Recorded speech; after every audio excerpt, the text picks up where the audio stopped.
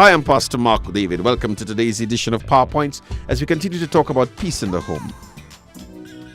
In spite of the appalling behavior of some of our nation's leaders, in spite of the degeneration of the society being displayed by violent crimes and kidnappings in the school, out there in the streets, in spite of the problems in our nation's schools of indiscipline and disrespect and disregard for authority, we must come to the realization that the citizens of this nation are all products of a family of origin. And if we are to arrest the social problems of this nation, then we have to begin arresting it at the point of the home. If there's to be peace in the world, we must have peace in the nations of the world. If you want peace in the nation, we must first have peace in the homes. But if you want peace in the homes, we must have peace in the hearts. And this peace can only come by having peace with God. The first family became broken because of a broken relationship with God. And let's also bring that peace of God into our marriages. Peaceful marriages can only come about when they are wrought by God alone, because marriage is a spiritual union.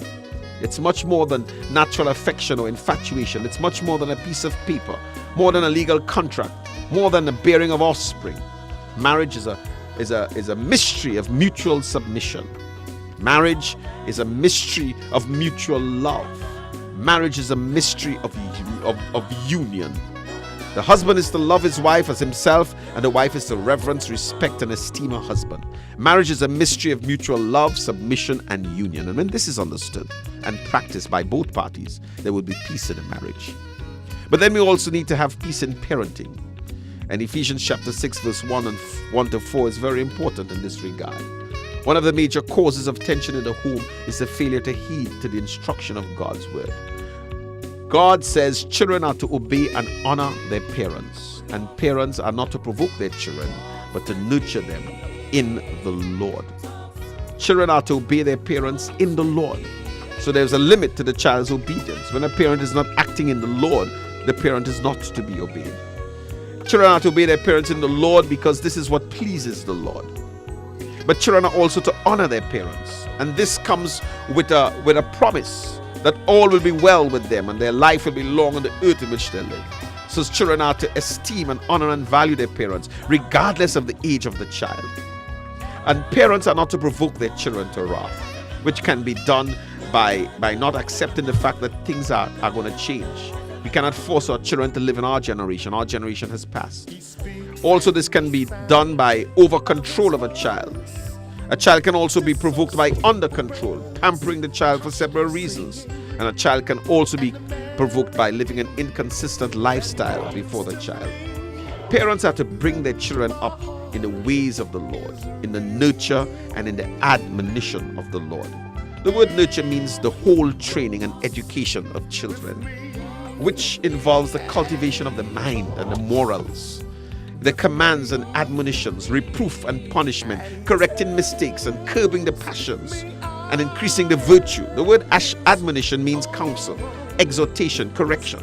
The parent is to rear the child not after his own ideas and notions of what is best for the child, but after the nurture and admonition of the Lord. The Lord's word is to be the guide for Christian parents in rearing their children. The benefits in bringing up a child in the Lord are innumerable. Just to mention a few, a child who is brought to Christ grows up learning love, that God and all who trust God love him. He grows knowing that he is to love even those who do wrong. A child who's brought to Christ grows up learning power and triumph, that God will help his followers through all, and that there is a supernatural power available to help, a power to help when mother and dad and loved ones have done all they can. A child who's brought to Christ grows up learning hope and faith, that no matter what happens, no matter how great a trial, we can still trust God and hope in him.